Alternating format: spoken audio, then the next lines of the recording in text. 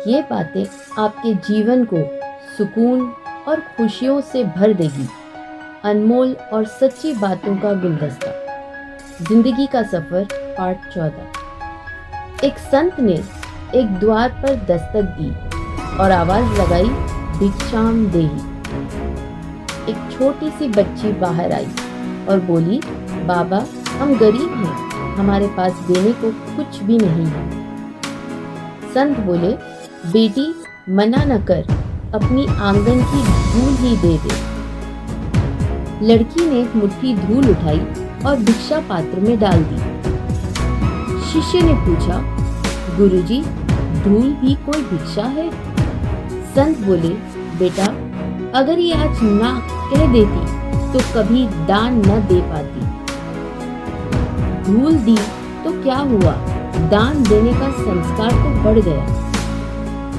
आज धूल दी है तो उसमें दान देने की भावना तो जागी। इश्क करना है तो पहले इश्क अपनी जड़ों से कीजिए, जिनसे आप शादाब हैं, यानी अपने देश से। दूसरा, उस दरख्त से कीजिए जिसकी छांव ने आपको पाला पोसा, यानी अपने परिवार से। और तीसरा, अपने आप से। फिर चौथे, इश्क की इच्छा हो तो उससे कीजिए जिसे आपके तीनों इश्कों से इश्क हो जाए। रोटी पर घी और नाम के आगे जी लगाने से स्वाद और इज्जत दोनों बढ़ जाती है। किसी को स्नेह देना सबसे बड़ा उपहार है और किसी से स्नेह पाना सबसे बड़ा सम्मान है।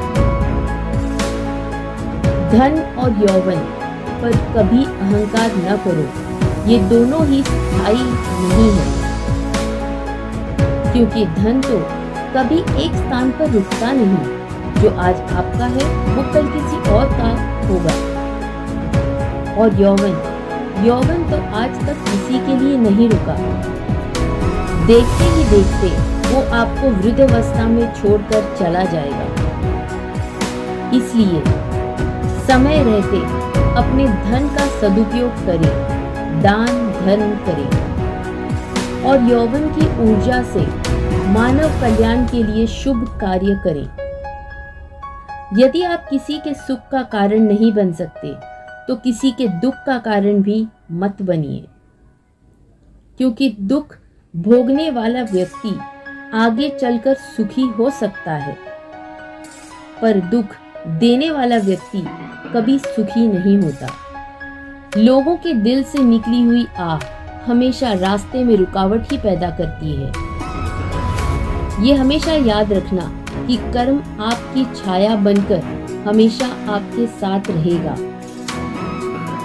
जीवन की चुनौतियों में यदि सफल होना चाहते हो तो बल के स्थान पर बुद्धि का प्रयोग करो, क्योंकि बल आपको केवल लड़ना सिखाता है, किंतु बुद्धि जीतना सिखाती है। जिस प्रकार दुर्योधन ने वासुदेव कृष्ण से उनकी नारायणी सेवा मांगकर बल को चुना और अर्जुन ने स्वयं श्री कृष्ण को मांगकर बुद्धि को चुना, परिणाम सबके सामने है। जब बुद्धि का प्रयोग करके बल को सही दिशा दी जाती है तो जीत अवश्य होती है।